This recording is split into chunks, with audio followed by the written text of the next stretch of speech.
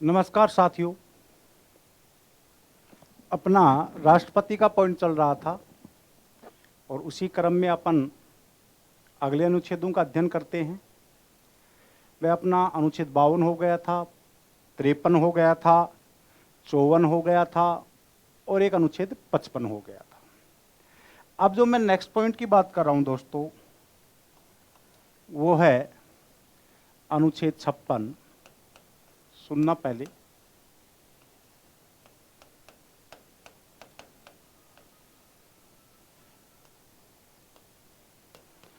अनुच्छेद 56 में लिखा क्या गया है, पहले तो ये जानो। अनुच्छेद 56 में लिखा गया है, राष्ट्रपति की पदावधि ओब्लिक कार्यकाल, कि राष्ट्रपति की पदावधि क्या होती है, कार्यकाल क्या होता है। तो देखिएगा, पहले अपन इसको एक सामान्य तरीके से समझे तो राष्ट्रपति की बात छोड़े, आप पहले सामान्य चीज लें कि जैसे आप गवर्नमेंट जॉब में लग गए तो आपका सामान्यतः कार्यकाल 60 वर्ष का हो गया। नंबर 2, अब 60 साल का कार्यकाल आपका फिक्स थोड़ी है कि भाई फिक्स है। इससे पहले आप अपना त्यागपत्र दे सकते हो या फिर आपको नौकरी से निकाला भी जा सकता है, नहीं हटाया भी जा सकता है। तो कार्यकाल 60 वर्ष का हो गया। इसके बाद में 2 कंडीशन और आ गई, आप त्यागपत्र दे सकते हो और आपको हटाया भी जा सकता है। तो इसी प्रकार से अपन को यहां समझना है राष्ट्रपति की पदावधि ओब्लिक कार्यकाल में। सुनना पहला पॉइंट कि राष्ट्रपति का सामान्यतः जो कार्यकाल होता है वो सामान्यतः कार्यकाल होता है 5 वर्ष का। कि राष्ट्रपति का सामान्यतः कार्यकाल कितने वर्ष का होता है? 5 वर्ष का तो होता है पद ग्रहण की तारीख से। पहली बात तो ये ध्यान रखोगे आप। अब दोस्तों मैं जो अगले पॉइंट की बात कर रहा हूं, अनुच्छेद 56(1) के 3 उपभाग हैं। कितने उपभाग हैं? 3। कै, ख और ग। दोस्तों ये ध्यान रखना है कि में क्या क्या व्यवस्थाएं दी गई है। तो राष्ट्रपति का सामान्यतः कार्यकाल कितने वर्ष का हो गया? 5 वर्ष का। लेकिन 5 वर्ष फिक्स थोड़ी हो गया कि भाई फिक्स है। वो 5 वर्ष पहले क्या दे सकता है? त्यागपत्र। तो कै में है त्यागपत्र, कि राष्ट्रपति अपना त्यागपत्र किसको देता है? तो राष्ट्रपति अपना त्यागपत्र देता है उपराष्ट्रपति को।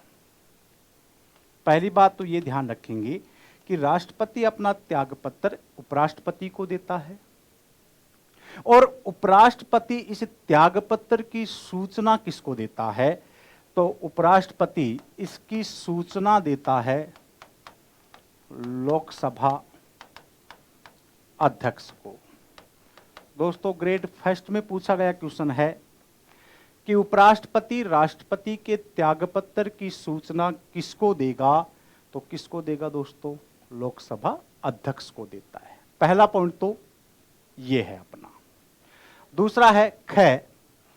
ख में है दोस्तों हटाए जाना। ये दूसरी कंडीशन है कि राष्ट्रपति को 5 वर्ष पहले भी हटाया जा सकता है। कब हटाया जाएगा? जब वो संविधान का उल्लंघन कर दे या अतिक्रमण कर दे तो उसे महाभियोग की प्रक्रिया के द्वारा हटाया जा सकता है। और महाभियोग की प्रक्रिया का उल्लेख किस अनुच्छेद में दिया गया है? महाभियोग की प्रक्रिया का उल्लेख दिया गया है अनुच्छेद 61 में। अब समझो दोस्तों इसको कि राष्ट्रपति को 5 वर्ष पहले भी हटाया जा सकता है। किस आधार पे हटाया जा सकता है? महाभियोग के द्वारा। क्लियर? अब महाभियोग क्यों लगाया जाता है? कि जब राष्ट्रपति संविधान का क्या कर दे, अतिक्रमण कर दे या उल्लंघन कर दे, तो राष्ट्रपति पर महाभियोग लगा करके उसे पद से हटाया जा सकता है। और महाभियोग की प्रक्रिया का उल्लेख किस अनुच्छेद में है? ये दोस्तों अनुच्छेद 61 में है। अब जो मैं क्वेश्चन बता रहा हूं, समझना इस बात को, इसी महाभियोग से क्वेश्चन ये आ जाए कि संविधान के किस अनुच्छेद में महाभियोग शब्द का उल्लेख हुआ है, तो वो अनुच्छेद होगा दोस्तों अनुच्छेद 56(1) ख में। क्या अनुच्छेद डायरेक्ट याद रख लो चाहिए, अनुच्छेद 56 में हुआ है या अनुच्छेद 56(1) ख में महाभियोग शब्द का क्या हुआ है? उल्लेख हुआ है। और दूसरा, महाभियोग प्रक्रिया का उल्लेख किस अनुच्छेद में हुआ है? तो महाभियोग प्रक्रिया का उल्लेख हुआ है दोस्तों अनुच्छेद 61 में। एक बार क्वेश्चन पूछा गया था कि राष्ट्रपति पर जो महाभियोग लगाया जाता है, इसका उल्लेख सर्वप्रथम किस अनुच्छेद में हुआ है? और दोस्तों अधिकांशतः स्टूडेंटों ने अनुच्छेद 61 किया था, क्योंकि उसमें 56 भी था और उसमें अनुच्छेद 61 भी था। 90% लड़कों ने 61 किया था, क्योंकि अपन इतना ही ध्यान रखते हैं महाभियोग की प्रक्रिया अनुच्छेद 61 दोस्तों सर्वप्रथम पूछ रहा है। तो महाभियोग शब्द का उल्लेख किस अनुच्छेद में हुआ है? 56(1) ख में हुआ है। और इसकी प्रक्रिया का उल्लेख किस अनुच्छेद में है? प्रक्रिया का उल्लेख है अनुच्छेद 61 में। 2 पॉइंट क्लियर? पहला त्यागपत्र और दूसरा है हटाए जाना। ग, इसका तीसरा पार्ट और बात कर रहा हूं, फिर मैं वापस समझाऊंगा। 56(1) ग में किसका उल्लेख है ये देखिएगा। 56(1) ग में है कि राष्ट्रपति 5 वर्ष बाद भी अपने पद पर बना रह सकता है जब तक कि उसका उत्तराधिकारी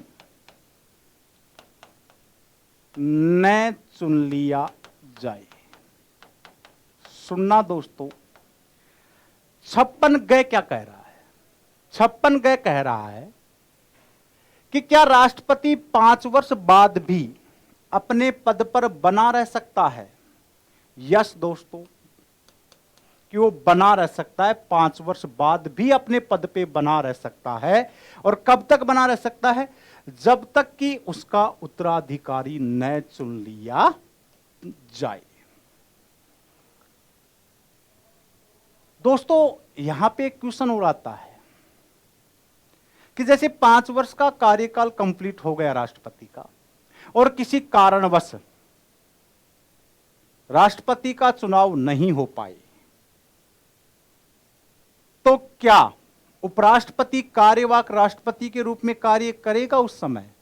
जी नहीं दोस्तों, उस समय उपराष्ट्रपति कार्यवाहक राष्ट्रपति के रूप में कार्य नहीं करेगा। वो जो उस समय पद पे राष्ट्रपति हैं, वो ही 5 वर्ष बाद भी अपने पद पर कार्य करते रहेंगे जब तक कि उसका उत्तराधिकारी न चुन लिया जाए। ये था दोस्तों अपना अनुच्छेद 56। दोबारा सुन लो कि अनुच्छेद 56 में कितनी व्यवस्थाएं कही गई है। पहले तो ये ध्यान रखो कि अनुच्छेद 56 में है क्या।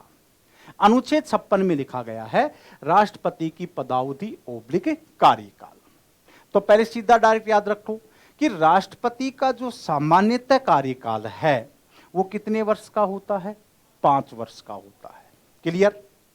अब कार्यकाल 5 वर्ष का होता है, लेकिन इसमें कितनी कंडीशन आ रही हैं अनुच्छेद 56 के अंदर? तो ये याद रखिएगा, अनुच्छेद 56 में 3 कंडीशन हैं दोस्तों। कितनी कंडीशन है? 3। नंबर 1 त्यागपत्र। राष्ट्रपति अपना त्यागपत्र किसको देगा? उपराष्ट्रपति को। और उपराष्ट्रपति इस त्यागपत्र की सूचना किसको देता है? लोकसभा अध्यक्ष को। सीधा ही क्वेश्चन पूछ लिया जाए तो ये ध्यान रखेंगे आप। दूसरी कंडीशन है त्यागपत्र के बाद में ख में हटाए जाना, कि राष्ट्रपति को 5 वर्ष पहले भी महाभियोग के द्वारा हटाया जा सकता है। महाभियोग क्यों लगाया जाता है? जब वो संविधान का उल्लंघन ओब्लिक अतिक्रमण कर दे। क्लियर? और इस महाभियोग की प्रक्रिया का उल्लेख किस अनुच्छेद में है? तो महाभियोग की प्रक्रिया का उल्लेख है अनुच्छेद 61 में। दो बात क्लियर। तीसरी कंडीशन है कि क्या राष्ट्रपति 5 वर्ष बाद भी अपने पद पे बना रह सकता है? तो यस, बिल्कुल बना रह सकता है 5 वर्ष बाद भी, जब तक कि उसका उत्तराधिकारी ना चुन लिया जाए। तो राष्ट्रपति 5 वर्ष बाद भी अपने पद पे बना रह सकता है।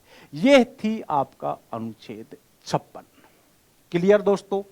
आराम से देख लीजिएगा, बस आपके कंसेप्ट में गड़बड़ नहीं होनी चाहिए। यह था अपना अनुच्छेद 56। अब मैं बात करूं अनुच्छेद 57 की, कि अनुच्छेद 57 क्या कह रहा है। अनुच्छेद 57 कहता है, पहले तो आर्टिकल याद होना चाहिए आपके, राष्ट्रपति का पुनर्निर्वाचन।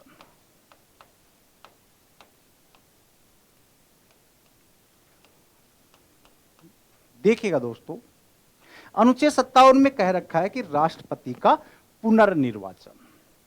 क्या कहा गया है इस अनुच्छेद में? कि भारत का राष्ट्रपति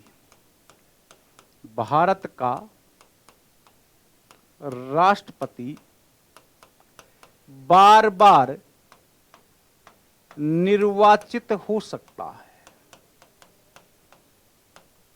कि भारत का राष्ट्रपति बार बार निर्वाचित हो सकता है, 1 बार, 2 बार, 3 बार। यहां कोई समय अवधि का उल्लेख नहीं है। भारतीय संविधान में यह कहीं नहीं लिखा गया है कि वो 1 बार बनेगा, 2 बार बनेगा, 3 बार बनेगा। जब तक जनता चाहे तब तक वो बार बार राष्ट्रपति बन सकता है। लेकिन यदि अमेरिका की बात करें तो अमेरिका का राष्ट्रपति केवल 2 बार ही निर्वाचित हो सकता है। अमेरिका के लिए क्या कहा गया है? कि केवल 2 बार ही निर्वाचित हो सकता है। लेकिन भारत का जो राष्ट्रपति है वो बार बार निर्वाचित हो सकता है। अब यहां से डायरेक्ट क्वेश्चन हो सकता है आपका, सुनिएगा क्या क्वेश्चन है। कि भारत का राष्ट्रपति निर्वाचित होता है 1 बार, 2 बार, 3 बार या अनेक बार। तो यहां पे राइट आंसर क्या होगा आपका?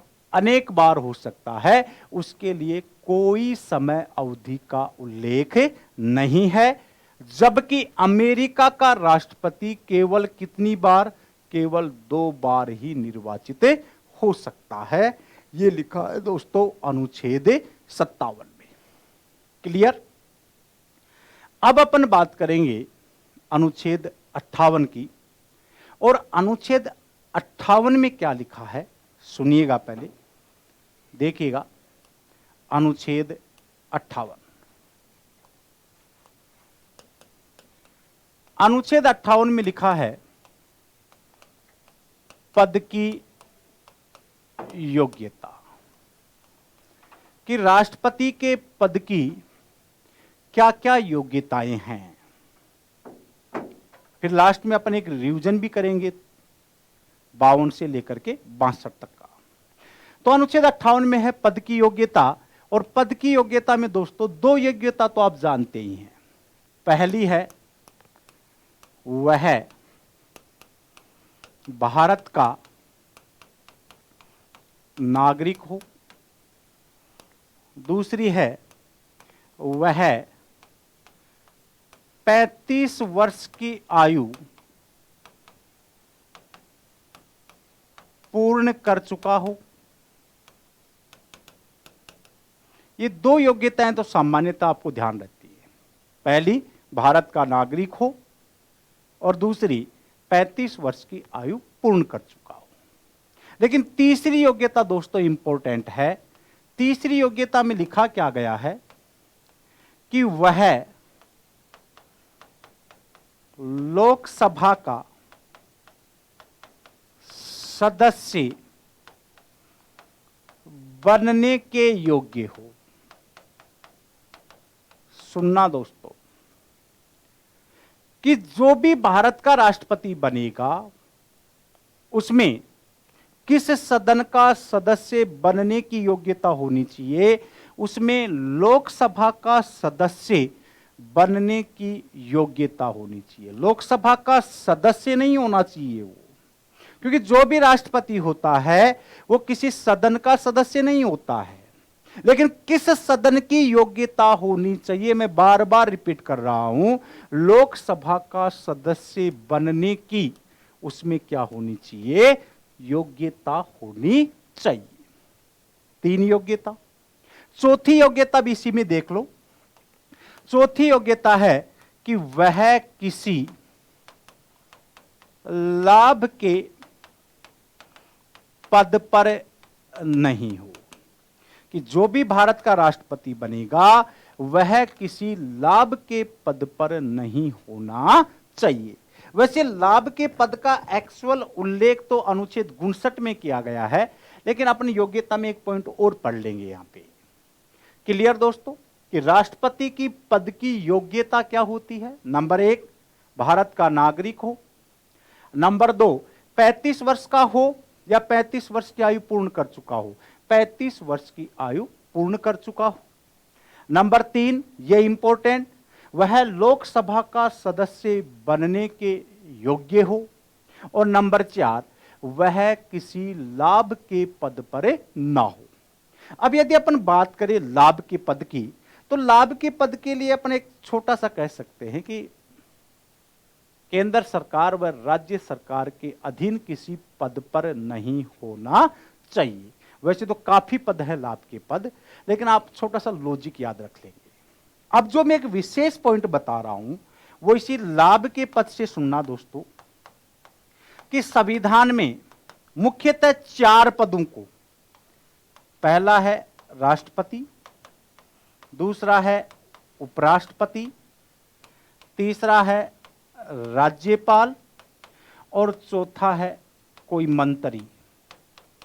इन चारों को लाभ की श्रेणी से बाहर माना गया है। लाभ की श्रेणी से क्या माना गया है दोस्तों, बाहर माना गया है। कम से कम ये 4 पद तो याद रखने हैं कि कौन कौन से पदों को संविधान में लाभ की श्रेणी से बाहर माना गया है। तो पहला राष्ट्रपति, नंबर 2 उपराष्ट्रपति, नंबर 3 राज्यपाल और नंबर 4 कोई मंत्री। इन चारों पदों को लाभ की श्रेणी से बाहर माना गया है। यह थी दोस्तों अनुच्छेद 58 में राष्ट्रपति की पद की योग्यता। क्लियर। अपन ने, मैं एक बार वापस रिपीट कर देता हूं, 56 से शुरू किया था, मैं 52 से ले लेता हूं। अनुच्छेद 52 में कहा गया है कि भारत का एक राष्ट्रपति होगा। अनुच्छेद 53 में कहा गया था कि संघ की कार्यपालिका की संपूर्ण शक्ति राष्ट्रपति में निहित होगी। अनुच्छेद 54 में था राष्ट्रपति का निर्वाचन। अनुच्छेद 55 में था राष्ट्रपति के निर्वाचन की रीति ओब्लिक विधि। अनुच्छेद 56 में था राष्ट्रपति का कार्यकाल ओब्लिक पदावधि। अनुच्छेद 57 में था राष्ट्रपति का पुनर्निर्वाचन। अनुच्छेद 58 में थी राष्ट्रपति की पद की योग्यता। और ये दोस्तों पद की क्या होती है, योग्यता होती है। इसमें ये लाभ की श्रेणी से बाहर मानने वाले 4 जो पद हैं इनको याद रख लेना। राष्ट्रपति, उपराष्ट्रपति, राज्यपाल और कोई मंत्री है। इन चारों पदों को लाभ की श्रेणी से बाहर माना गया है। क्लियर दोस्तों अनुच्छेद 58। अब मैं बात करूं अनुच्छेद 59 की। सुनना दोस्तों, अनुच्छेद 59 में लिखा है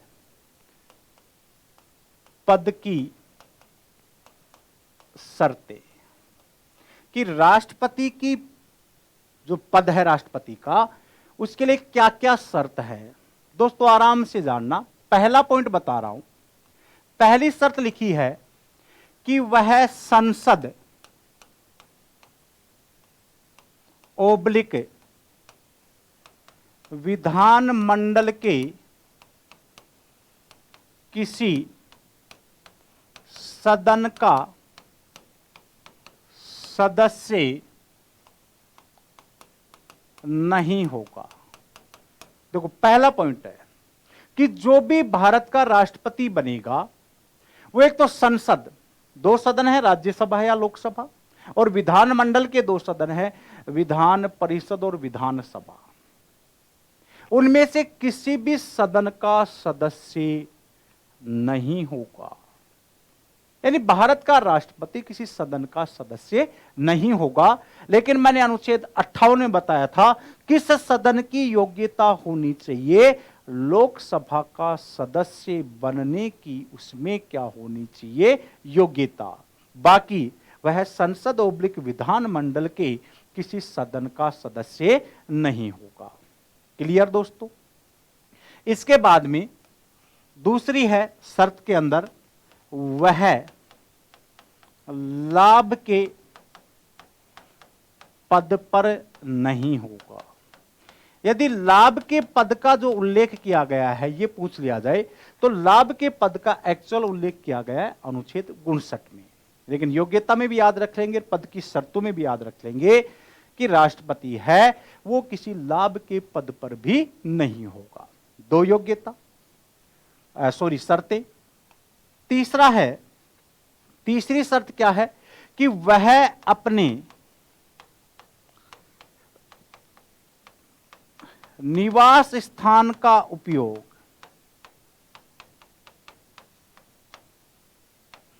निःशुल्क करेगा, कि जहां भी वो अपना प्रशासकीय स्थान है, निवास स्थान है, उसका प्रयोग वो, उसका उपयोग वो निःशुल्क करेगा, फ्री फ्री फ्री, सब कुछ फ्री करेगा। ये तीन पद की शर्तें हैं दोस्तों। मैं दोबारा से बात कर रहा हूं कि पद की शर्तों में पहला है कि वह संसद ओब्लिक विधानमंडल के किसी सदन का सदस्य नहीं होगा।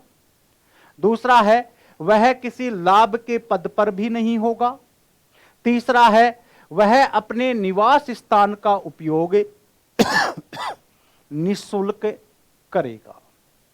लेकिन दोस्तों मैं अब जो विशेष पॉइंट की बात कर रहा हूं अनुच्छेद 59 में, और विशेष पॉइंट में है राष्ट्रपति का वेतन। अगर आपसे यह पूछ लिया जाए कि राष्ट्रपति का वेतन ओब्लिक उपलब्धियों का उल्लेख संविधान के किस अनुच्छेद में है, तो वो होगा दोस्तों अनुच्छेद 59। अब मैं जो बात कर रहा हूं राष्ट्रपति के वेतन की, इस वेतन को समझना है दोस्तों कि राष्ट्रपति का वेतन कहां से मिलता है, कौन तय करती है, क्या दिया जाता है। सुनना पहला कि राष्ट्रपति का जो वेतन है वो किसके द्वारा तय किया जाता है। तो याद रखना राष्ट्रपति का वेतन संसद द्वारा तय किया जाता है।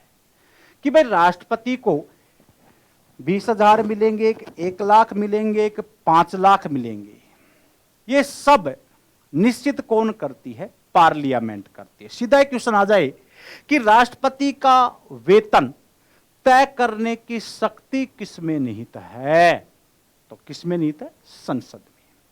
क्लियर। नंबर 2, वेतन संसद द्वारा तय किया जाता है, लेकिन राष्ट्रपति का वेतन दिया कहां से जाता है, संचित निधि से दिया जाता है या आकस्मिक निधि से दिया जाता है। संचित निधि का उल्लेख 266 में है, आकस्मिक निधि का उल्लेख 267 में है। संचित निधि भी एक तो भारत की संचित निधि है और एक है राज्य की संचित निधि। तो अब आपका क्वेश्चन है कि राष्ट्रपति का वेतन संसद द्वारा तय किया जाता है, लेकिन दिया कहां से जाता है? राज्य की संचित निधि से या भारत की संचित निधि से? तो याद रखिएगा, इसका वेतन दिया जाता है भारत की संचित निधि से दिया जाता है। किससे दिया जाता है? भारत की संचित निधि से राष्ट्रपति का वेतन दिया जाता है। दो बात क्लियर। तीसरा, राष्ट्रपति का जो वेतन है वो वेतन टैक्स फ्री होता है, कोई टैक्स नहीं लगता। और नंबर 4, इसके वेतन में किसी प्रकार की कटौती भी नहीं की जा सकती, चाहे वित्तीय आपातकाल ही क्यों ना लगाओ। सुनना दोस्तों, जो मैंने वित्तीय आपातकाल एक पॉइंट बोला है अनुच्छेद 360 के अंदर, यदि वित्तीय आपातकाल भारत में लग जाए तो सभी के वेतन में कटौती हो सकती है, सबका वेतन काटा जा सकता है, लेकिन राष्ट्रपति के वेतन में फिर भी कटौती नहीं होगी। और इसके बाद में वर्तमान वेतन, तो वर्तमान वेतन है राष्ट्रपति का दोस्तों वो है 5 लाख। और पहले का वेतन कितना था? पहले का वेतन था 1.5 लाख। पहले 1,50,000 रुपए था, वर्तमान में वेतन है राष्ट्रपति का 5 लाख। यह है दोस्तों अनुच्छेद 59 में पद की शर्तें भी हैं, प्लस राष्ट्रपति की लिए उपलब्धियां या अपन कह सकते हैं वेतन भत्ते का भी उल्लेख है। दोबारा सुन लो, राष्ट्रपति का वेतन किसके द्वारा तय किया जाता है? तो संसद द्वारा तय किया जाता है। नंबर 2, राष्ट्रपति का वेतन कहां से दिया जाता है? तो राष्ट्रपति का वेतन भारत की संचित निधि से दिया जाता है। नंबर 3, राष्ट्रपति का वेतन क्या होता है? टैक्स फ्री होता है, कर मुक्त होता है। नंबर 4, राष्ट्रपति के वेतन में किसी भी प्रकार की कटौती नहीं की जाती, चाहे वो वित्तीय आपातकाल ही क्यों ना लगा हो। और नंबर 5, वर्तमान वेतन कितना है? 5 लाख, और पहले कितना दिया जाता था? 1.5 लाख। ये था दोस्तों अपना अनुच्छेद 59। क्लियर हुआ दोस्तों?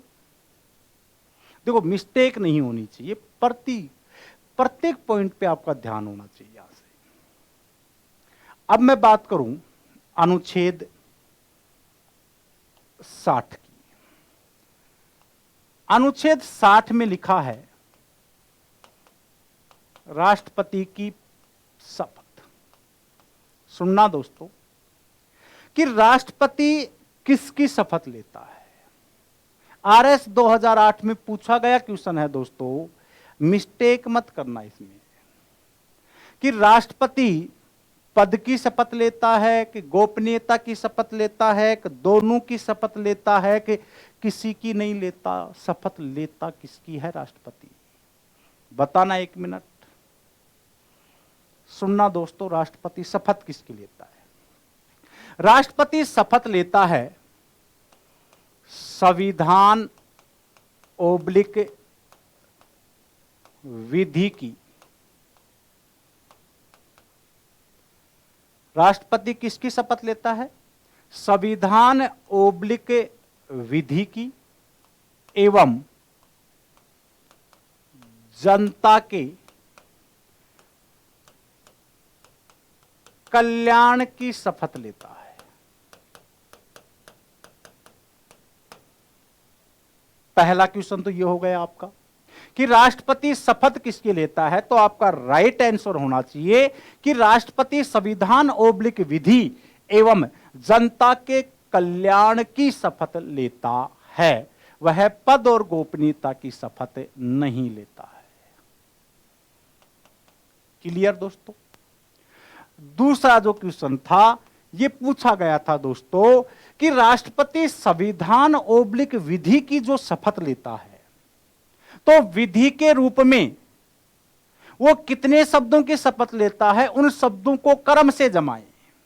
तो याद रखिएगा कि राष्ट्रपति संविधान ओब्लिक विधि के रूप में 3 शब्दों की शपथ लेता है। कितने शब्दों की शपथ लेता है? 3 शब्दों की। पहला है परिरक्षण, दूसरा है संरक्षण और तीसरा है प्रतिरक्षण। यानी संविधान ओब्लिक विधि के रूप में वह परिरक्षण, संरक्षण और प्रतिरक्षण शब्दों की शपथ लेता है और इनका क्रम भी यही है, परिरक्षण, संरक्षण और प्रतिरक्षण। क्लियर दोस्तों? अगला तीसरा पॉइंट, राष्ट्रपति को शपथ दिलाता कौन है? तो सुनना दोस्तों, राष्ट्रपति को शपथ दिलाता है सीजेआई। शपथ कौन दिलाता है? सीजेआई दिलाता है, चीफ जस्टिस ऑफ इंडिया।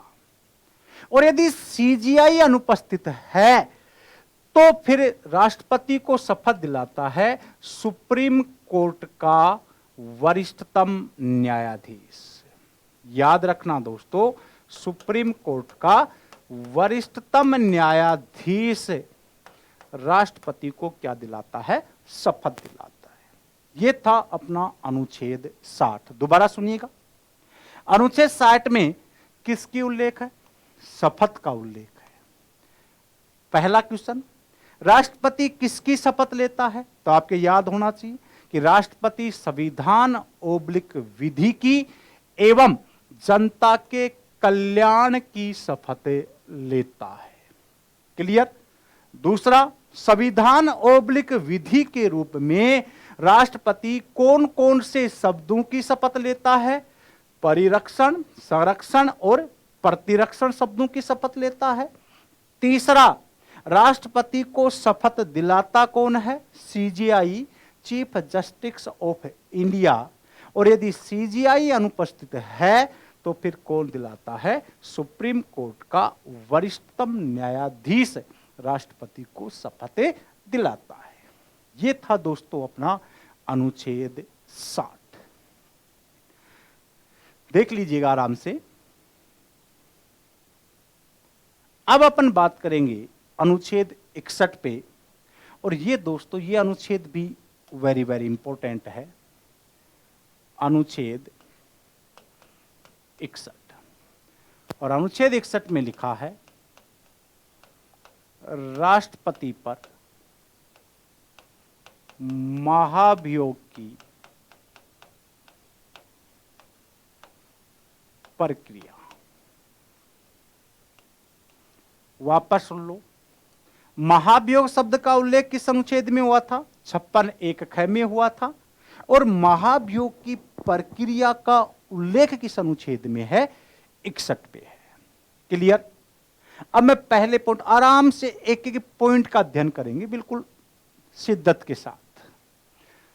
पहला, कि महाभियोग की प्रक्रिया कहां से ली गई है? तो महाभियोग की प्रक्रिया ली गई है दोस्तों अमेरिका से। क्लियर दोस्तों? पहला पॉइंट। दूसरा, आधार क्या है कि महाभियोग राष्ट्रपति पर क्यों लगाया जाता है, किस आधार पे लगाया जाता है? तो अभी मैंने बता भी दिया है 56 में भी, कि जब राष्ट्रपति संविधान का अतिक्रमण कर दे या उल्लंघन कर दे तो राष्ट्रपति पर क्या लगाया जा सकता है? महाभियोग लगाया जा सकता है। 2 बात क्लियर। तीसरा, महाभियोग की प्रक्रिया में कौन कौन भाग लेते हैं? प्रक्रिया में कौन कौन भाग लेते हैं? दोस्तों बड़े आराम से समझते जाना एक एक पॉइंट को, कि राष्ट्रपति पर जो महाभियोग लगाया जाता है तो महाभियोग की प्रक्रिया में कौन कौन भाग लेते हैं? तो सुनना, महाभियोग की प्रक्रिया में संसद के दोनों सदनों के निर्वाचित प्लस मनोनीत अर्थात सभी सदस्य भाग लेते हैं। सुनना दोस्तों, ये पॉइंट बड़ा इंपॉर्टेंट है कि राष्ट्रपति पर जो महाभियोग लगाया जाता है, तो इस महाभियोग की प्रक्रिया में भाग कौन लेता है? देखिएगा, जब मैं आपको अनुच्छेद 54 पढ़ा रहा था तो एक प्रश्न आया था, क्वेश्चन था वहां पे कि राष्ट्रपति के चुनाव में कौन कौन भाग लेते हैं। तो राष्ट्रपति के चुनाव में संसद के दोनों सदनों के निर्वाचित सदस्य भाग ले रहे थे, विधानसभाओं के भी निर्वाचित सदस्य भाग ले रहे थे, और केंद्र शासित प्रदेश दिल्ली एवं पुदुचेरी विधानसभाओं के भी निर्वाचित सदस्य भाग ले रहे थे। लेकिन जब राष्ट्रपति को हटाया जाता है महाभियोग के द्वारा, तो इस महाभियोग की प्रक्रिया में न तो विधानसभा भाग लेती है और न केंद्र शासित प्रदेश भाग लेते हैं। महाभियोग की प्रक्रिया में केवल संसद भाग लेती है। पहला पॉइंट तो यह है कि संसद द्वारा हटाया जाता है। दूसरा, महाभियोग की प्रक्रिया में जहां राष्ट्रपति के चुनाव में संसद के दोनों सदनों के केवल निर्वाचित सदस्य भाग ले रहे थे, लेकिन जब हटाया जाता है राष्ट्रपति को, तो संसद के दोनों सदनों के, ये पॉइंट याद रखना है, निर्वाचित प्लस मनोनीत, दहन्या भगवान्या सभी निर्वाचित प्लस मनोनीत अर्थात सभी सदस्य भाग लेते हैं एक्स वाई जेड। क्लियर दोस्तों? इसके बाद में चौथा पॉइंट, महाभियोग की प्रक्रिया कैसी प्रक्रिया है? तो महाभियोग की प्रक्रिया है अर्ध न्यायिक प्रक्रिया। कौन सी प्रक्रिया है दोस्तों? अर्ध न्यायिक प्रक्रिया कहलाती है महाभियोग की प्रक्रिया। पहले तो 4 पॉइंट याद होने चाहिए, इंपॉर्टेंट पॉइंट है दोस्तों, दोबारा सुन लो। महाभियोग की प्रक्रिया का, मेरे साथ साथ रिपीट करते रहो, महाभियोग की प्रक्रिया का किस अनुच्छेद में उल्लेख है? अनुच्छेद 61 में है। कहां से ली गई है? अमेरिका से ली गई है। महाभियोग किस आधार पर लगाया जाता है? जब राष्ट्रपति संविधान का उल्लंघन कर दे या अतिक्रमण कर दे।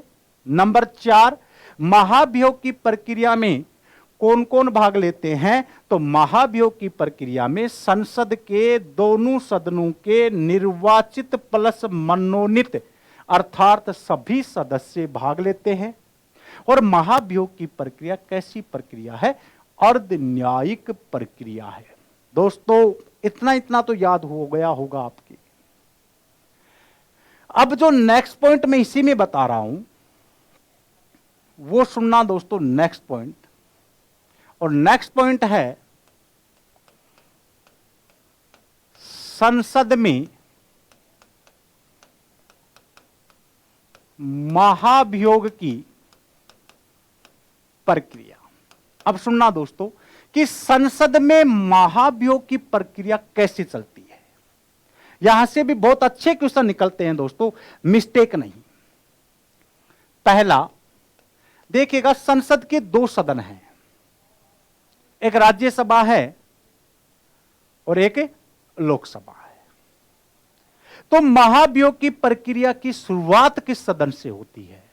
राज्यसभा से होगी या लोकसभा से होगी? तो सुनना पहला पॉइंट, महाभियोग की प्रक्रिया संसद के किसी भी सदन से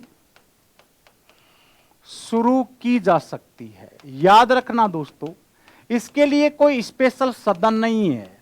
महाभियोग की प्रक्रिया है वो किसी भी सदन से शुरू हो सकती है, राज्यसभा भी शुरू कर सकती है, लोकसभा से भी शुरू हो सकता है।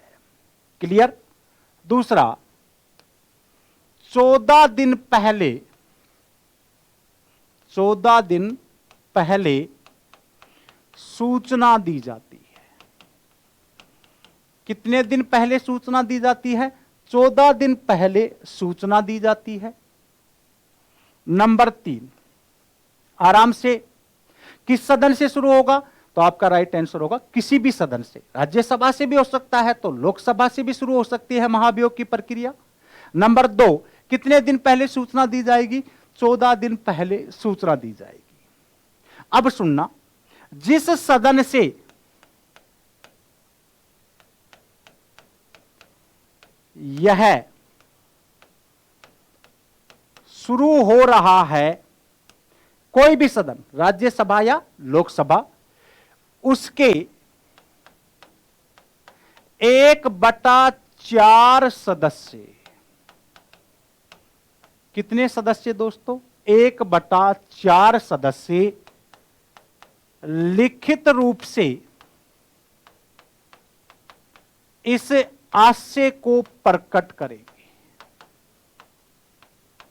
इस आशय को क्या करेंगे? प्रकट। सुनना कि किसी भी सदन से शुरू हो रही है, जिस सदन से, चाहे लोकसभा से शुरू हो रही हो और चाहे ये राज्यसभा से शुरू हो रही हो, तो यदि राज्यसभा या लोकसभा किसी भी सदन से शुरू हो रही है तो पहला कार्य है उसके 1/4 सदस्य, याद रखना है, 1/4 सदस्य लिखित रूप से अपने इस आशय को प्रकट करेंगे, लिख करके, कि हम राष्ट्रपति पर महाभियोग लगाने जा रहे हैं।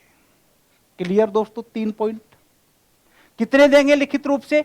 1/4 सदस्य। चौथा पॉइंट, यदि वही सदन, वही सदन कौन सा? वही सदन का मतलब है कि जिस सदन से यह शुरू हुआ है, जिस सदन के 1/4 सदस्यों ने लिखित रूप से अपने इस आशय को प्रकट किया है, यदि वही सदन अपने कुल सदस्यों के 2/3 बहुमत से इसे पारित कर दे, तो यह प्रक्रिया एक सदन से पूर्ण मान ली जाती है। सुनना दोस्तों कि यदि वही सदन जिससे प्रोग्राम शुरू हुआ है, यदि वही सदन अपने कुल सदस्य, दोस्तों ये कुल सदस्यों का 2/3 बहुमत, ये याद रखना है, कुल सदस्यों के 2/3 बहुमत से इसे पारित कर दे, तो यह प्रक्रिया एक सदन से पूर्ण मान ली जाती है। क्लियर दोस्तों? अब यहां से जैसे क्वेश्चन आ जाए कि महाभियोग की प्रक्रिया को पारित करने के लिए कौन सा बहुमत चाहिए? ए, केवल 2/3 बहुमत, बी, उपस्थित एवं मतदान देने वालों का 2/3 बहुमत, सी, 1/4 बहुमत, डी, कुल सदस्यों का 2/3 बहुमत। एक तो है उपस्थित एवं मतदान देने वालों का 2/3 बहुमत, एक होता है कुल सदस्यों का 2/3 बहुमत। तो बहुमत कौन सा चाहिएगा दोस्तों? कुल सदस्यों का 2/3 बहुमत। तो यदि ये प्रोसेस हो जाता है तो यहां तक एक सदन से यह प्रक्रिया पूर्ण मान ली जाती है। क्लियर? अब सुनना, देख लो आराम से, अभी तो पूरी चलेगी। अब है दोस्तों इसी में नेक्स्ट पॉइंट, क्योंकि एक सदन से क्या मान ली गई है? पूर्ण मान ली गई है। तो अब यह प्रक्रिया क्या होगी? ये प्रस्ताव प्रक्रिया अब यह दूसरे सदन में जाती है। क्लियर? दूसरा सदन नाम नहीं है राज्यसभा या लोकसभा। नेक्स्ट पॉइंट, दूसरा सदन राष्ट्रपति पर लगे महाभियोग के आरोपों की जांच करेगा या करवाएगा। सुनना, अब जैसे ये प्रक्रिया दूसरे सदन में जाती है तो दूसरा सदन डायरेक्ट पास नहीं करता है।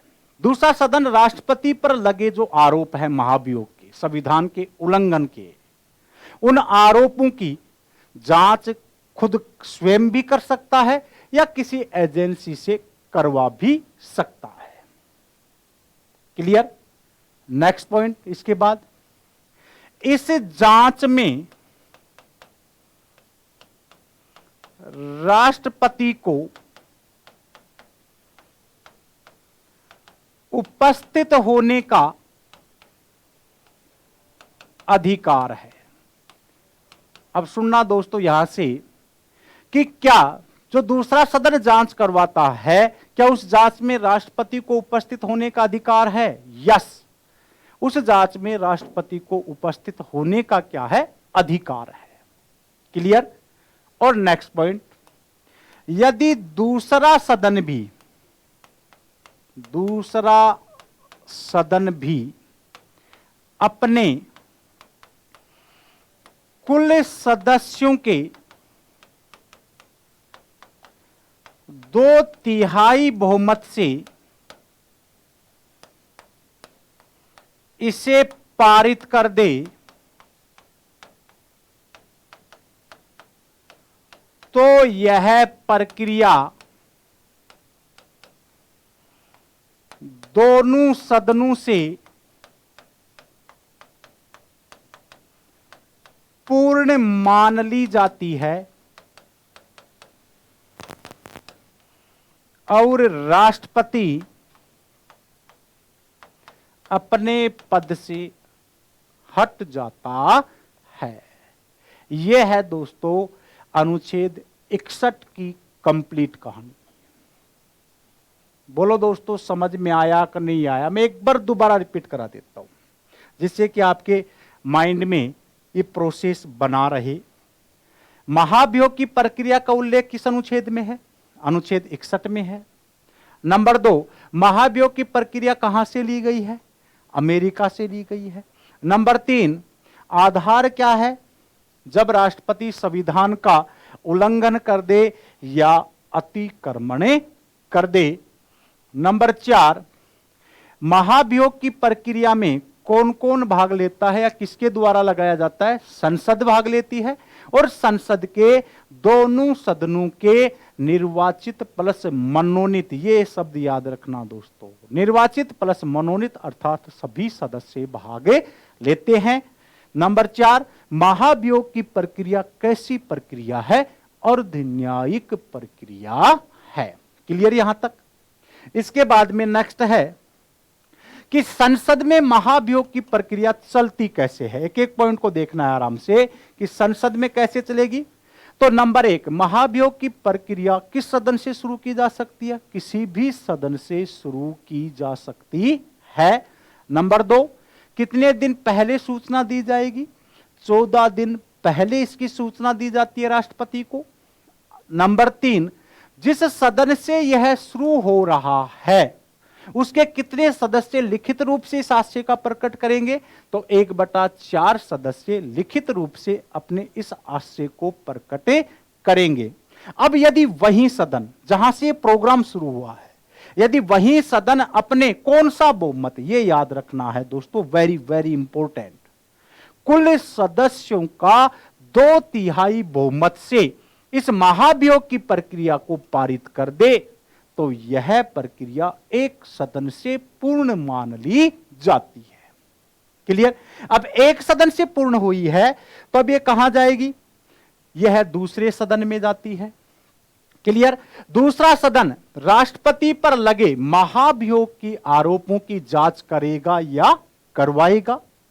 इसके बाद इस जांच में राष्ट्रपति को उपस्थित होने का अधिकार है और यदि दूसरा सदन भी अपने कुल सदस्यों के 2/3 बहुमत से इस प्रक्रिया को पारित कर दे तो यह प्रक्रिया दोनों सदनों से पूर्ण मान ली जाती है और राष्ट्रपति अपने पद से हटा दिया जाता है।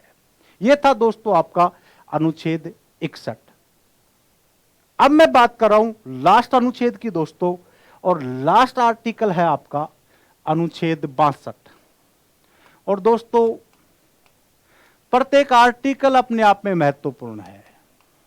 आपकी नजर, दिल, दिमाग हटना नहीं चाहिए यहां से।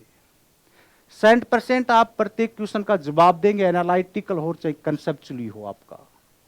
अनुच्छेद 62 में लिखा है कि राष्ट्रपति का पद रिक्त होने पर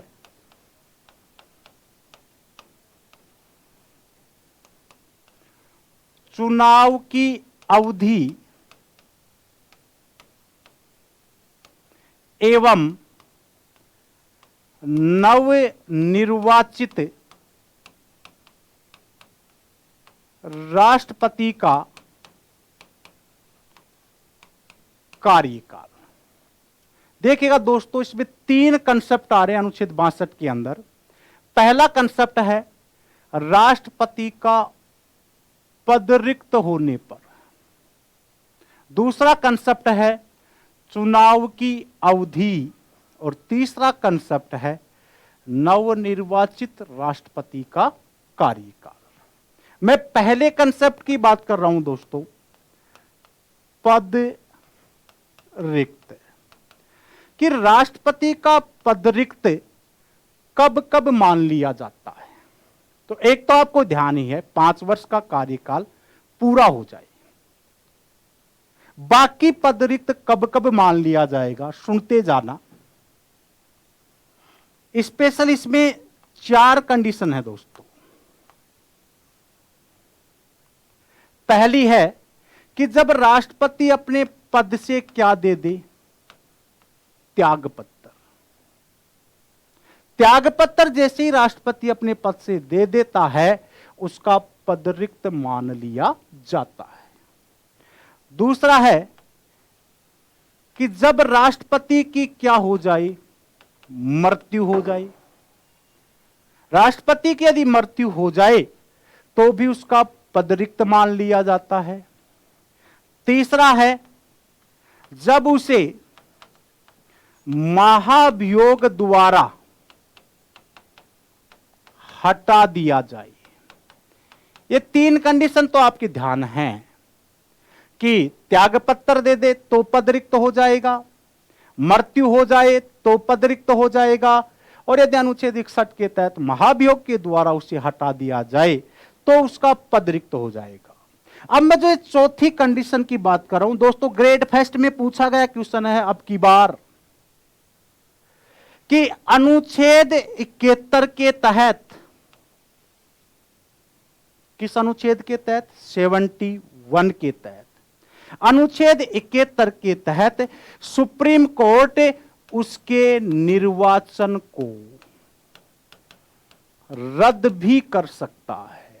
याद रखना, वेरी वेरी इंपॉर्टेंट पॉइंट दोस्तों, कि अनुच्छेद 71 के तहत सुप्रीम कोर्ट उसके निर्वाचन को क्या कर सकता है, रद्द कर सकता है। किस प्रकार से? पहली बात तो यह ध्यान रखेंगे आप कि राष्ट्रपति और उपराष्ट्रपति के निर्वाचन से संबंधित जितने भी वाद विवाद हैं, उनकी सुनवाई करने का अधिकार केवल किसके पास है? सुप्रीम कोर्ट के पास। और सुप्रीम कोर्ट इनकी सुनवाई किस अनुच्छेद के तहत करता है? अनुच्छेद 71 के तहत। अब यदि कोई निर्वाचक मंडल में शामिल कोई व्यक्ति है और उसने राष्ट्रपति के चुनाव पर एक अपील की है कि राष्ट्रपति के चुनाव में धांधली हुई है, पैसे चले हैं या और कुछ गड़बड़ हुई है, तो सुप्रीम कोर्ट फिर इस मामले की क्या करेगा? जांच करेगा। और यदि सुप्रीम कोर्ट को ऐसा लगा कि वाकई में राष्ट्रपति के चुनाव में कुछ गड़बड़ हुआ है, तो सुप्रीम कोर्ट राष्ट्रपति के चुनाव को क्या कर सकता है? रद्द कर सकता है। किस अनुच्छेद के तहत? 71 के तहत। तो पहली कंडीशन थी राष्ट्रपति का पद रिक्त। कब कब? त्यागपत्र, नंबर 2 मृत्यु, नंबर 3 महाभियोग द्वारा हटा दिया जाए, और नंबर 4 अनुच्छेद 71 के तहत यदि सुप्रीम कोर्ट उसके निर्वाचन को क्या कर दे? रद्द कर दे। तो इतनी कंडीशन में राष्ट्रपति का पद रिक्त मान लिया जाता है। अब सुनना दूसरी कंडीशन, चुनाव की अवधि। दोस्तों इंपॉर्टेंट मामला है, समझना 1 मिनट, कि यदि राष्ट्रपति का पद रिक्त हो गया है तो कितने माह में चुनाव करवाना अनिवार्य है? सीधा संविधान का अनुच्छेद 62 कहता है कि राष्ट्रपति का चुनाव 6 माह में करवाना अनिवार्य है। दोस्तों अनिवार्य लिखा है यहां पे, कितने माह में? 6 माह में। डायरेक्ट याद रखना कि चुनाव कितने माह में करवाना अनिवार्य है? 6 माह में। क्लियर?